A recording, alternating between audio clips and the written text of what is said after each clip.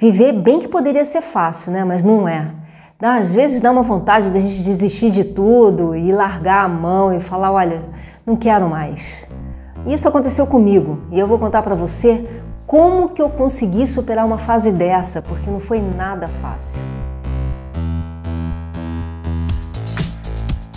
Eu sou Cristina Dias, psicanalista e especialista em grupo e com experiência clínica há mais de 30 anos. E falar que profissional não cai é mentira, tá, gente? Profissional cai mesmo.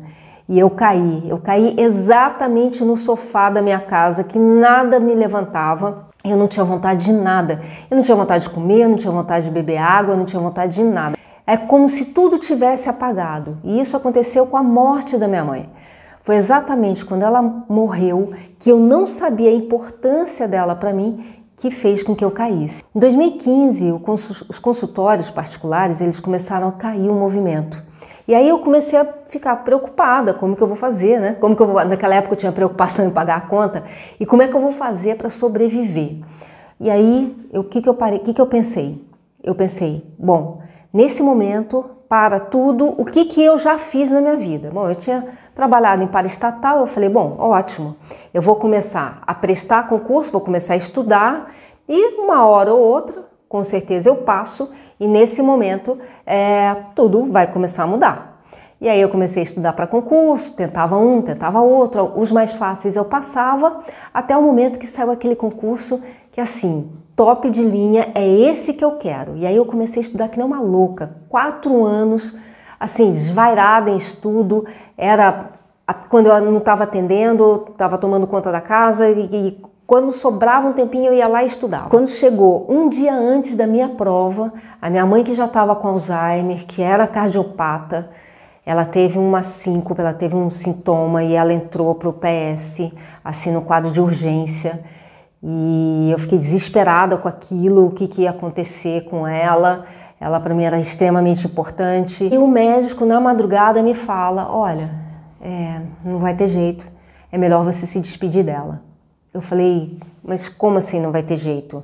Ela vai subir, né? Vai para internação, vai para UTI, como é que ela vai, o que vai acontecer? Ela falou, não tem jeito nem de locomover, daqui ela não sai. Bom, aquilo foi um baque para mim, né? E aquele momento parece que o mundo assim desaba. E você vê a pessoa ali, que eu pelo menos tinha uma necessidade de querer curá-la, de querer atender, porque ela era depressiva, né, durante anos. Você cresce com aquela ânsia de ver a sua mãe restabelecida. Tive 2 frustrações ali. A primeira, que ela estava dando o desfecho dela e ela ia realmente entrar em óbito. E a segunda é que no dia que ela morreu, no dia seguinte, né, para falar a verdade, no dia seguinte, no momento dela, do velório dela, a minha prova estava acontecendo, aquela do concurso que eu queria. O que aconteceu é que eu caí no sofá.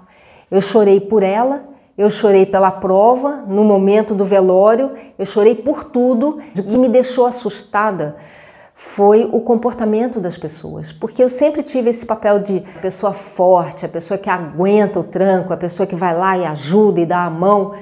E de repente, quando eu vi, né, me vi naquela situação, eu não aguentei. Pela frustração dela, de não ter cuidado dela, de não ter curado ela, porque essa era a minha grande intenção, e segundo, por não ter realizado o concurso. Quando eu caí nesse sofá, nada me fazia levantar, nada. E aí, estava ali, tinha uma televisão na frente, o que eu fiz? Vamos começar a assistir um filme. Eu assisti um filme, 2, não foram muitos não, tá? Até o momento que eu assisti um filme, que esse foi o insight da minha vida. Isso fez toda a diferença, isso mudou minha vida. O filme chama O Menino que Descobriu o Vento.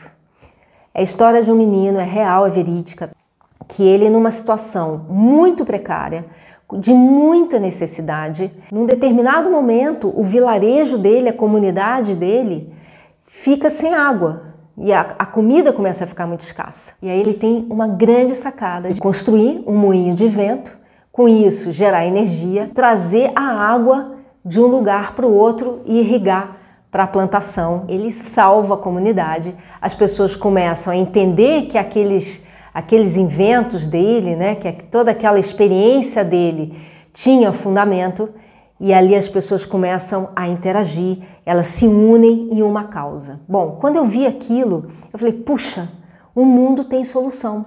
As pessoas podem se unir. No momento de necessidade, todo mundo se une.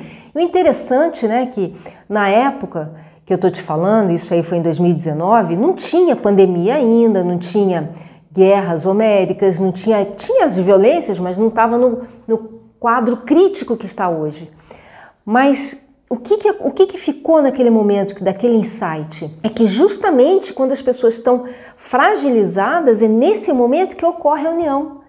E ali isso bateu em mim, isso chegou esse insight e eu falei, puxa, agora eu vou levantar.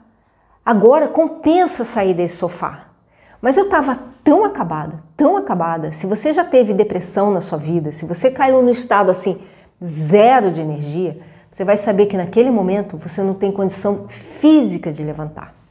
Foi quando eu me lembrei do quê? Da reflexologia que eu fazia no consultório. Para você ter uma ideia, naquele momento eu não conseguia raciocinar os pontos. Eu não me lembrava dos pontos, mas a única coisa que eu lembrei foi do pé. E eu comecei a fazer massagem no pé.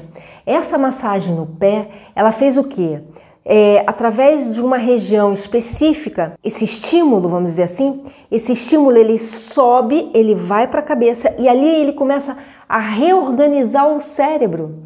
Então é como se o meu cérebro começasse a entrar de novo em sincronia, como se fosse uma engrenagem. Sabe a engrenagem começa a fazer tac, tac, tac, tac e começa a funcionar novamente? E assim aconteceu com o meu cérebro.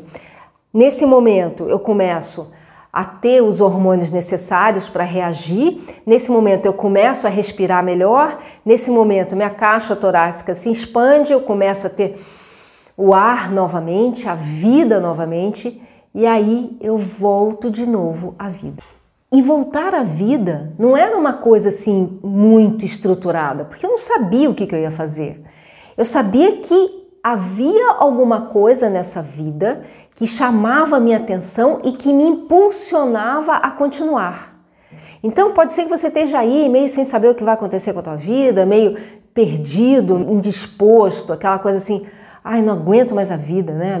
Eu vou estar explicando na terceira semana sobre a reflexologia e os pontos que você pode fazer em você para que você possa voltar novamente. Se você gostou da proposta, olha, acompanha, porque a vida da gente, ela tem insights o tempo inteiro. A gente é que não fica atento. Mas quando você tem esse comando, quando você desperta esse cérebro para ter esse insight, você começa a pegar um ponto aqui, um ponto ali e acaba saindo do sofá. Eu saí e você pode sair de outros lugares também. Eu espero que você tenha gostado desse vídeo, que ele tenha feito diferença na sua vida e que você escolha a vida nesse mês de setembro, do Setembro Amarelo. Até o próximo vídeo. Obrigada pela sua audiência.